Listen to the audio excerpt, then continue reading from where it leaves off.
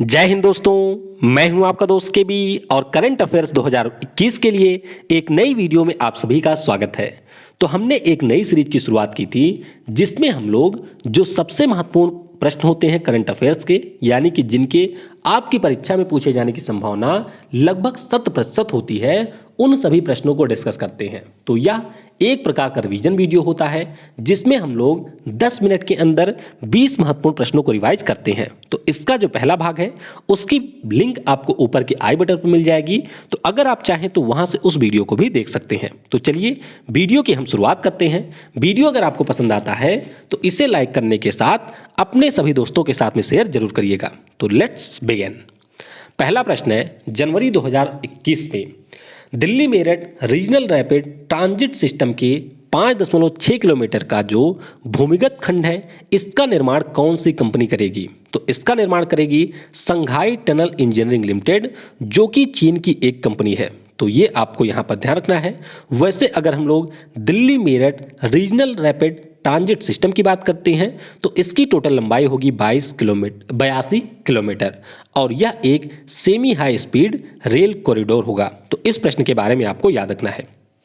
अगला प्रश्न है, केंद्रीय मंत्री नरेंद्र सिंह तोमर ने किस शहर में अपनी तरह के पहले एग्री इंडिया हैकाथॉन 2020 का उद्घाटन किया है? तो इसका उद्घाटन अभी किया गया दिल्ली में।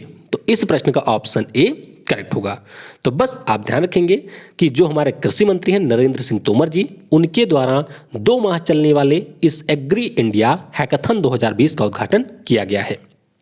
अगला प्रश्न है, रक्षा मंत्रालय ने किस रक्षा कंपनी के साथ 4th जनरेशन के 10 Linux U2 fire control system की खरीद के लिए एक समझौता किया है? तो ये समझौता इन्होंने किया है भारत इलेक्ट्रॉनिक्स लिमिटेड के साथ में। तो ध्यान रखिएगा, जो ये हमारे Linux U2 fire control system होते हैं, इन्हें हमारी नौसेना के जो शिप होते हैं उनके ऊपर इंस्टॉल किया जाएगा और ये जो हमारे Linux U2 fire control system है, इनका निर्माण किया है भारत इलेक्ट्रॉनिक्स लिमिटेड ने। तो बस आप इतना यहाँ पर याद रखेंगे। अगला प्रश्न जो कि काफ़ी ज़्यादा महत्वपूर्ण है कि जनवरी 2021 में किसके द्वारा राष्ट्रीय मेट्रोलॉजी सम्मेलन का उद्घाटन किया गया? तो इसका उद्घाटन किया पीएम नरेंद्र मोदी ने। किसने? पीएम नरेंद्र मोदी के द्वारा इसका उद्घाटन किया गया। थीम भी इसकी आपको ध्यान रखनी है। तो इसकी थीम थी metrology for inclusive growth of our nation, ये इसकी रही थी विषय। और CSIR की जो NPL है उसकी स्थापना के 75वें वर्षगांठ के अवसर पर इसका आयोजन किया गया था। अगला प्रश्न है, जनवरी 2021 में केंद्रीय मंत्री धर्मेंद्र प्रधान ने हमारे देश का जो पहला माइग्रेंट वर्कर सेल है, इसका उद्घाटन किस राज्य में किया? तो इसका उद्घाटन किया गया गुजरात राज्य में। तो गुजरात राज्य में एक शहर है जिसका नाम है सूरत, वहां पर भारत के पहले माइग्रेंट वर्कर सेल का उद्घाटन किया गया। अगला प्रश्न, जनवरी 2020 में अखिल भारतीय शतरंज संघ के नए अध्यक्ष के रूप में किसे चुना गया? तो ध्यान रखिएगा, यह भी महत्वपूर्ण प्रश्न है। यहां पर चुना गया है संजय कपूर को। किसे? संजय कपूर अखिल भारतीय शतरंज संघ के नए अध्यक्ष के रूप में चुने गए हैं। और इसका मुख्यालय आपको कहां पर मिलेगा? यानी कि ऑल इंडिया चेस फेडरेशन, इसका मुख्यालय आपको मिलेगा चेन्नई में। अगला प्रश्न है, पीएम नरेंद्र मोदी द्वारा कितने किलोमीटर लंबे कोच्चि मंगलुरु प्राकृतिक गैस पाइपलाइन को लॉन्च किया गया? तो ये जो प्राकृतिक गैस पाइपलाइन है इसकी लंबाई है 450 किलोमीटर। और हमारे यहाँ पर जो महारत्न कंपनी है gas authority of India limited, जिसे हम लोग गैल इंडिया के नाम से जानते हैं, उसके द्वारा इसका निर्माण किया गया है। तो बस आपको ध्यान रखना है कि पीएम मोदी के द्वारा इसका उद्घाटन किया गया। लंबाई इसकी 450 किलोमीटर है और ये केरल के कोच्चि को कर्नाटक के मंगलुरु से जोड़ेगी। किससे? मंगलुरु से इसे ये जोड़ेगी।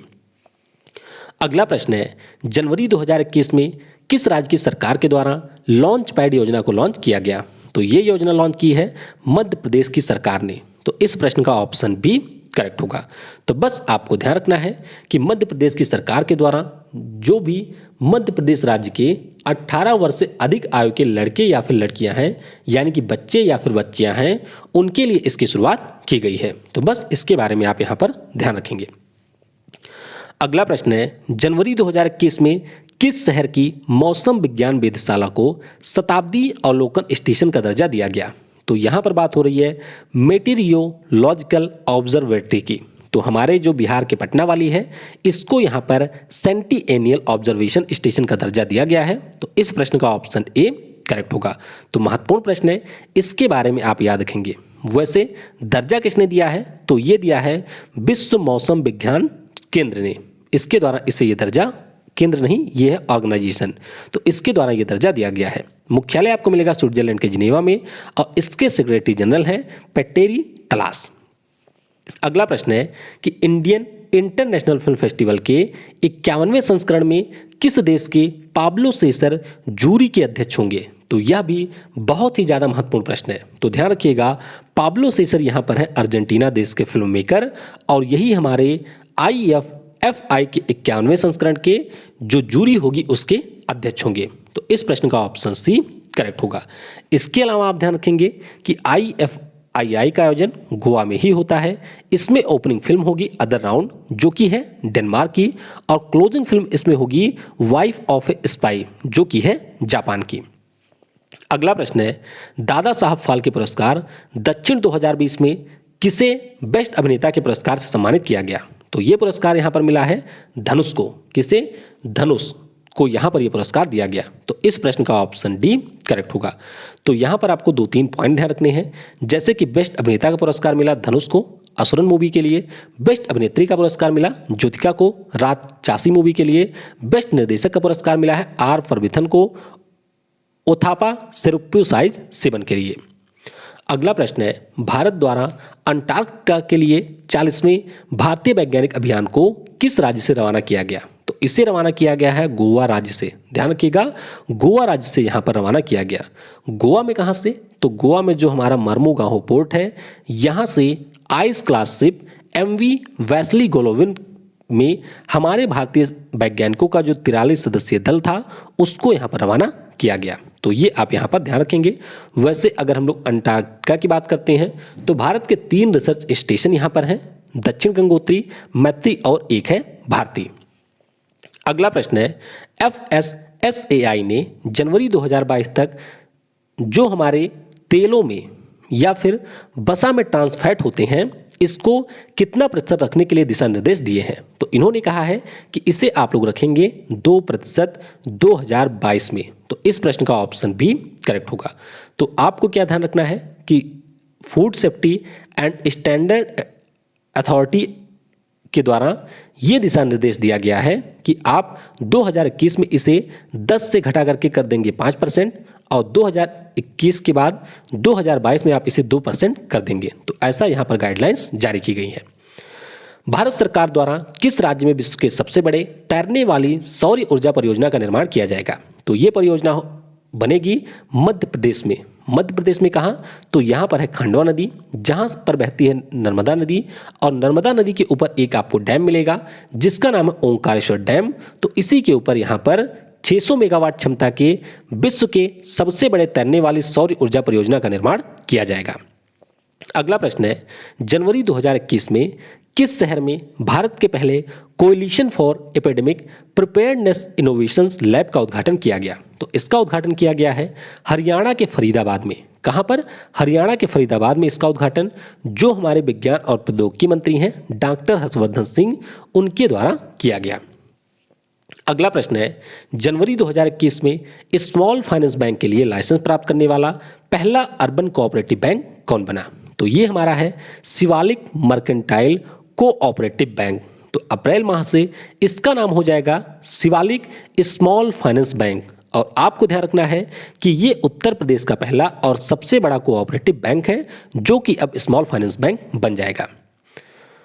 अगला प्रश्न है, पीएम नरेंद्र मोदी ने किन राज्यों के बीच रेवाड़ी मदार फ्रेट कॉरिडोर सेक्शन का उद्घाटन किया है? तो इसका उद्घाटन किया गया राजस्थान और हरियाणा के बीच में, यानी कि इस प्रश्न का ऑप्शन भी करेक्ट होगा।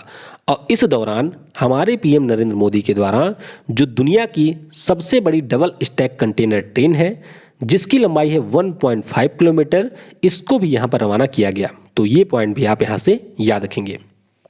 अगला प्रश्न है, जनवरी 2021 में खेलो इंडिया आइस हॉकी टूर्नामेंट के दूसरे संस्करण की शुरुआत कहाँ हुई? तो इसकी शुरुआत हुई है लद्दाख की राजधानी, लद्दाख का जो एक जिला है कारगिल।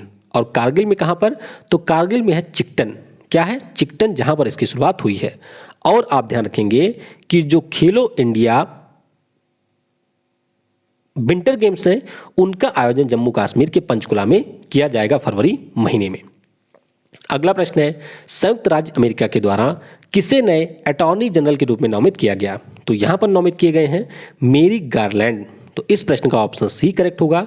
इसके अलावा आप ध्यान रखेंगे कि भारतीय मूल की हैं बनीता गुप्ता। कौन? बनीता गुप्ता, जिन्हें एसोसिएट अटॉर्नी जनरल के रूप में नामित किया गया है। अगला प्रश्न है, पुरुषों के टेस्ट मैच में चौथे अंपायर की भूमिका निभाने वाली पहली महिला कौन बन गई हैं? तो इनका नाम है क्लेयर पोलोसैक। कौन? क्लेयर पोलोसैक। और अब ये टेस्ट क्रिकेट में पहली महिला अंपायर की भूमिका निभा रही हैं। तो इस प्रश्न का ऑप्शन ए करेक्ट होगा। अगला प्रश्न है, केंद्र सरकार ने किसकी अध्यक्षता में लद्दाख केंद्र शासित प्रदेश की भाषा, संस्कृति और यहाँ की भूमि के संरक्षण के लिए एक समिति का गठन किया है? तो इस समिति का गठन किया गया है जी किशन रेड्डी की अध्यक्षता में, जो कि वर्तमान में हमारे राज्य गृह मंत्री हैं। तो इनका नाम भी आपको याद रखना है। तो इस तरीके से हमने जो सबसे महत्वपूर्ण प्रश्न थे उनको यहाँ पर रिवाइज कर लिया है। आई होप वीडियो आपको पसंद आया होगा, और अगर आप सीरियस एस्पायरेंट हैं तो इस सीरीज को बिल्कुल भी मिस मत करिएगा। Thanks for watching. जय हिंद, जय भारत, और सबसे जरूरी, पढ़ेगा भारत तो बढ़ेगा भारत।